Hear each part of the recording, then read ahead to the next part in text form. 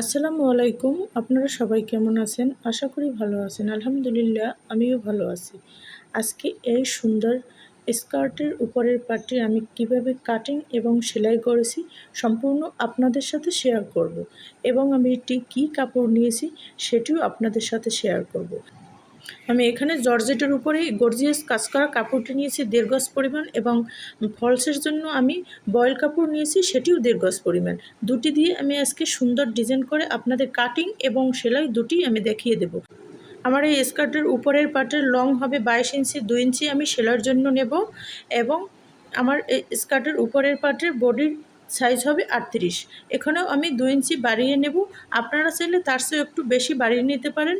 এখানে আমি সর্বপ্রথম স্কার্টের উপরের পার্টের লংয়ের মাপটি নিয়ে নিয়েছি, তারপর আমি পুটের মাপ নিয়ে নেব। এখানে আমি পুটের জন্য 7 ইঞ্চি নিয়ে নিয়েছি এবং আমি আরমোলের জন্যও 7 ইঞ্চি নিয়ে নিয়েছি। তারপর আমি বডির মাপটা নিয়ে নেব।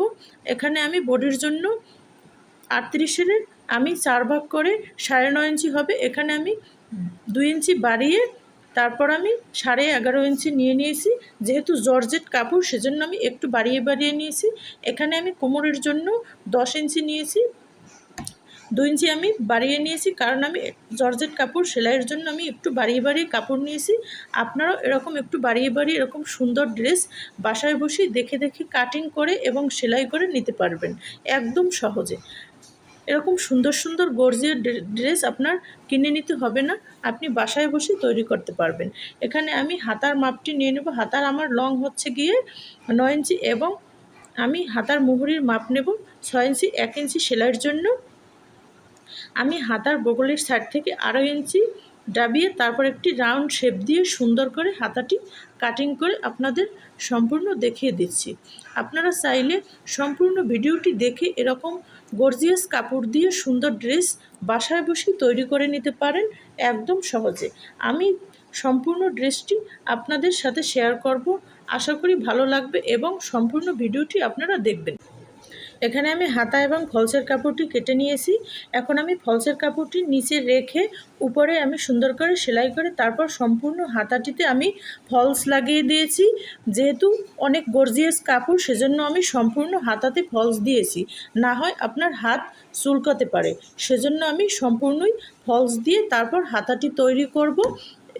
প্রথমে আমি এরকম উপরে একটি চাপ সেলাই দিয়ে তারপর আমি নিচ থেকে একটু সেলাই দিয়ে দেব, যাতে হাতাটি এরকম সুন্দরভাবে বসে এবং মজবুত হয়।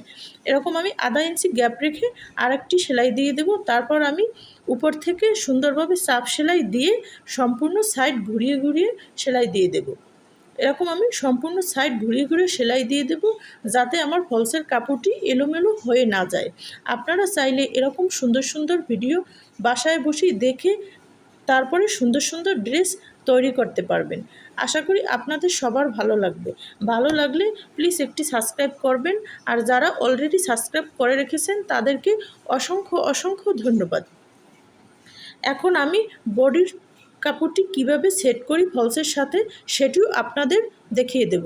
আমি এখানে সুন্দরভাবে সম্পূর্ণ সাইড ঘুরিয়ে সেলাই করে তারপর এরকম অ্যাডজাস্ট করে নিয়েছি, যাতে আমার কাপড় দুটি একভাবে থাকে, এলোমেলো হয়ে না যায়। সেজন্য এখানে আমি সুতি কাপড় দিয়েছি, যেহেতু বাচ্চাদের ড্রেস সেজন্য আপনারা চাইলে জর্জেট কাপড় দিয়েও নিচের ফলসটি তৈরি করে নিতে পারেন। আমি এখানে গলার জন্য বক্রম দিয়ে সুন্দরভাবে সেট করে রেখেছি। এখন আমি সুন্দরভাবে এরকম বডির সাথে গলাটি অ্যাডজাস্ট করে তারপর আপনাদের দেখিয়ে দিচ্ছি। আপনারা চাইলে গলা কেটেও নিতে পারেন।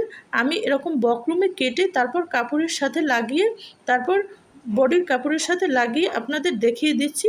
আমার গলাটি লাগানো শেষ এবং কাটাও শেষ।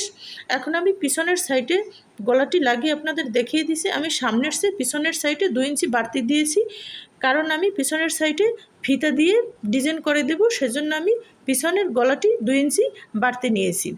এখন আমি পিছনের গলা থেকে 1 ইঞ্চি নিচ থেকে আমি ফিতাটি লাগিয়ে দেব এরকম সুন্দর করে। আপনারা চাইলেও সুন্দর ফিতার সাথে ঝুমকা বা কাপড় দিয়ে ফুল বানিয়ে দিতে পারেন।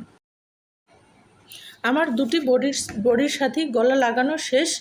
এখন আমি 2 পার্ট একত্র করে পুটের সাথে সেলাই করে তারপর আমি কীভাবে ওভারলকের সেলাইটা দিয়ে দিই সেটি আপনাদের দেখিয়ে দেব। যেহেতু আমার ওভারলক মেশিন নেই, সেজন্য আমি এই নর্মাল মেশিন দিয়ে ওভারলকের কাজটা সেরে ফেলি। আপনারা চাইলেও নর্মাল মেশিন দিয়ে এরকম সুন্দরভাবে ওভারলক করে নিতে পারেন, আপনার বাইরে যেতে হবে না। আমি এরকম করেই জর্জেট ড্রেসগুলো তৈরি করি। আপনাদের আমি অন্যান্য জর্জেটের ড্রেস তৈরি করেও দেখিয়ে দেব। আমি এখানে মেশিনের সাহায্যে টেনে টেনে তারপর সুন্দরভাবে ওভারলকের কাজটিও সেরে নিয়েছি। আপনারা চাইলে এরকম দেখে দেখে করে নিতে পারবেন। প্লিজ স্কিপ না করে সম্পূর্ণ ভিডিওটি দেখবেন এবং একটি করে লাইক দিয়ে দেবেন এবং কমেন্টে জানিয়ে দেবেন কেমন হয়েছে। আমার এরকম টেনে টেনে ওভারলকের কাজটি করা শেষ। এখন আমি হাতাটা লাগিয়ে আপনাদের দেখিয়ে দিচ্ছি। এরকম সুন্দর করে আস্তে আস্তে ঘুরিয়ে ঘুরিয়ে আমি সেলাই দিয়ে আপনাদের হাতাটা লাগিয়ে দেখিয়ে দিচ্ছি। আপনারা চাইলে এরকম সুন্দর সুন্দর ড্রেস বাসায় বসেই তৈরি করতে পারেন একদম সহজে এবং সুন্দরভাবে। আপনাকে আর বাহির থেকে ড্রেস কিনে নিতে হবে না, এরকম সুন্দরভাবেই বাসায় বসে আপনি তৈরি করে নিতে পারেন। আমার হাতাটা লাগানো শেষ। এখন আমি নিচ থেকে এরকম বয়েল কাপড় দিয়েই ভাঁজ করে সুন্দর করে সেলাই করে আপনাদের দেখিয়ে দিচ্ছি।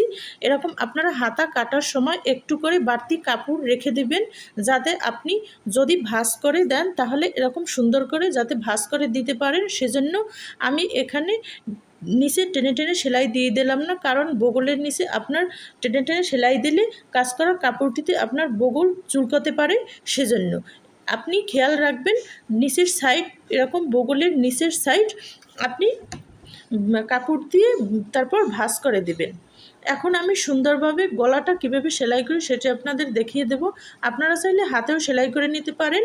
আমি এখানে যেহেতু জর্জেট কাপড়, সেজন্য আমি মেশিনে সুন্দরভাবে সেলাই দিয়ে দিয়েছি যাতে একটু মজবুত হয়। আপনারা চাইলে হাতেও সেলাই দিয়ে দিতে পারেন, তাতেও মজবুত হবে, কিন্তু আমি মেশিনে দিয়ে দিয়েছি, এটা একটু বেশি মজবুত হবে সেজন্য। এরকম সুন্দর করে আমার সম্পূর্ণ হাতা লাগানো এবং গলার লাগানো শেষ। এখন আমি মাপ অনুসারে সাইড সেলাই করে তারপর আমি দেখিয়ে দেব।